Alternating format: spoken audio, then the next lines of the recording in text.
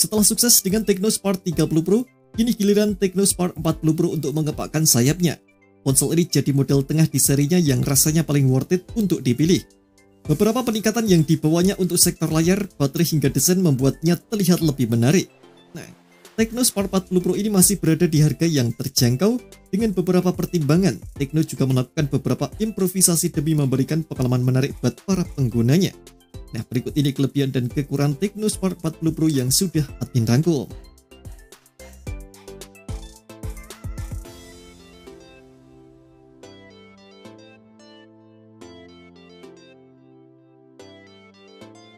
Desain bodi compact tampaknya sedang tren di tahun 2025 ini. TechnoSpark 40 Pro misalnya memiliki ketebalan bodi 6,69 inci dengan bobot 170 gram. Hal ini tentu membuatnya terasa nyaman dipakai dan digenggam dalam waktu lama. Untuk desainnya, TechnoSpark 40 Pro punya bodi belakang yang cukup minimalis. Bodinya hanya dihiasi 3 lingkaran kamera yang disusun secara vertikal dan disimpan langsung di atas bodi. Samsung mungkin jadi kata pertama di benak Anda ketika melihatnya. Wajar karena memang tampilannya sangat terinspirasi bahkan sampai penempatan LED flashnya. Tekno tampaknya benar-benar merubah habis tampilan desain ketika dibandingkan dengan pendahulunya. Material bodi TechnoSpark 40 Pro masih menggunakan plastik dengan finishing yang agak nanggung antara matte ataupun glossy. Ada 4 varian warna yang ditawarkan, yakni ink black, moon titanium, lake blue, dan bamboo green. Untuk ketahanannya, TechnoSpark 40 Pro dibekali sertifikasi IP64. Ini membuatnya mampu bertahan dari debu dan percikan air. Selain itu juga diberikan jaminan ketahanan saat terbentur atau jatuh dari ketinggian 1,5 meter.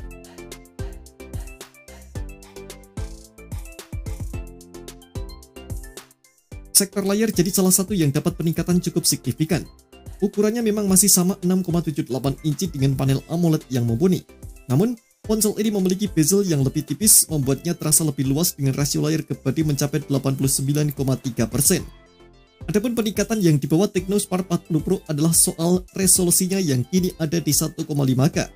Kerapatan pikselnya berada di angka 440 ppi dengan ukuran layar yang sama. Ketajamannya jelas terasa berbeda dan lebih enak dilihat dengan fitur reproduksi warna hingga 1 miliar warna. Untuk penggunaan di luar ruangan, ponsel ini mendukung kecerahan layar hingga 4500 nits. Peningkatan yang paling saya suka adalah dukungan refresh rate-nya yang bisa mencapai 144 Hz. Angka ini biasanya hanya dimiliki oleh HP gaming yang mendapatkan pergerakan lebih mulus di dalam game. Hal ini jelas akan membuat pengalaman penggunaan jadi terasa lebih nyaman dan premium.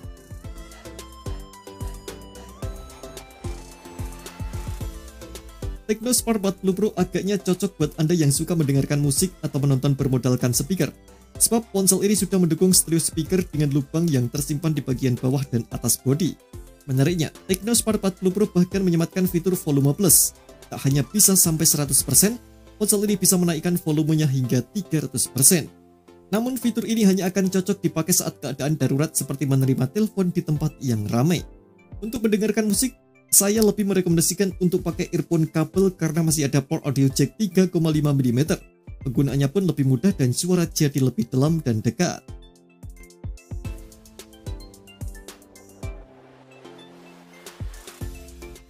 Perlu dicatat, kalau TechnoSpark 40 Pro memang masih stuck dengan chipset MediaTek Helio G100.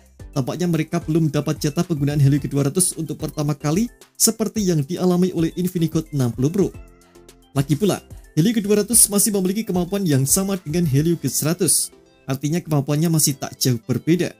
Untuk arsitekturnya, Helio G100 dibuat dengan fabrikasi 6 nanometer dan 8 inti CPU, meliputi dari 2 core Cortex A76 berkecepatan 2,2 GHz untuk performa dan 6 core Cortex A55 berkecepatan 2 GHz untuk efisiensi dayanya. Untuk GPU-nya masih menggunakan Mali G57 MP2 dengan frekuensi 1000 MHz. Performanya tersebut juga didukung oleh kapasitas memori yang cukup lega. TechnoSpark 40 Pro menawarkan RAM berkapasitas 8GB LPDDR4X dengan opsi penambahan dengan RAM virtual. Sedangkan memori internalnya tersedia 128 atau 256GB berjenis UFS 2.2. Ponsel ini juga masih menyediakan slot microSD khusus untuk memperluas kapasitas memorinya.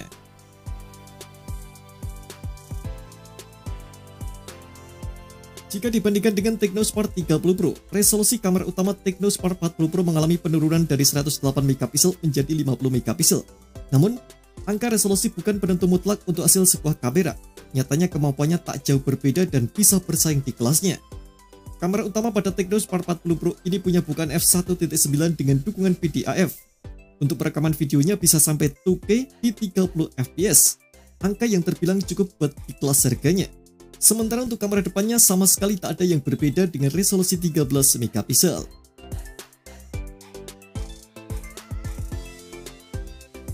Tecno Spark 40 Pro memiliki konektivitas dan sensor yang cukup lengkap. Sensor sidik jarinya bahkan sudah disimpan di bagian bawah layar. Hal ini lantaran panel layar yang dipakai sudah AMOLED.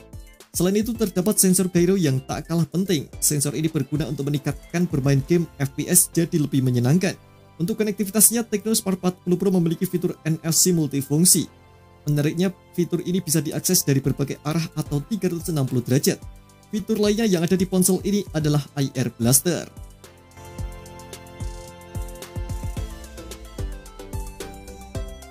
Peningkatan lain yang dibawa Tecno Spark 40 Pro ada di sektor baterainya. Kapasitasnya kini sedikit lebih besar, yakni 5200 mAh. Satu hal yang saya suka adalah desain bodinya yang justru lebih tipis meski dengan baterai lebih besar. Untuk kecepatan pengisian dayanya, ponsel ini juga mengalami peningkatan menjadi 45 watt. Durasi pengisian dayanya juga terbilang kencang karena hanya butuh waktu sekitar 56 menit.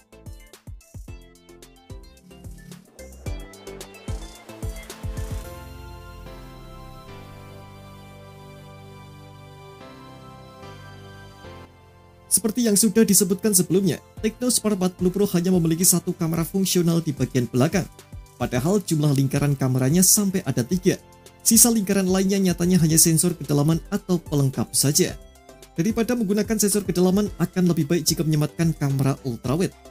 Sebab kamera ini memiliki sudut pandang yang lebih luas daripada kamera biasa. Anda bisa memotret lebih banyak objek ke dalam satu frame.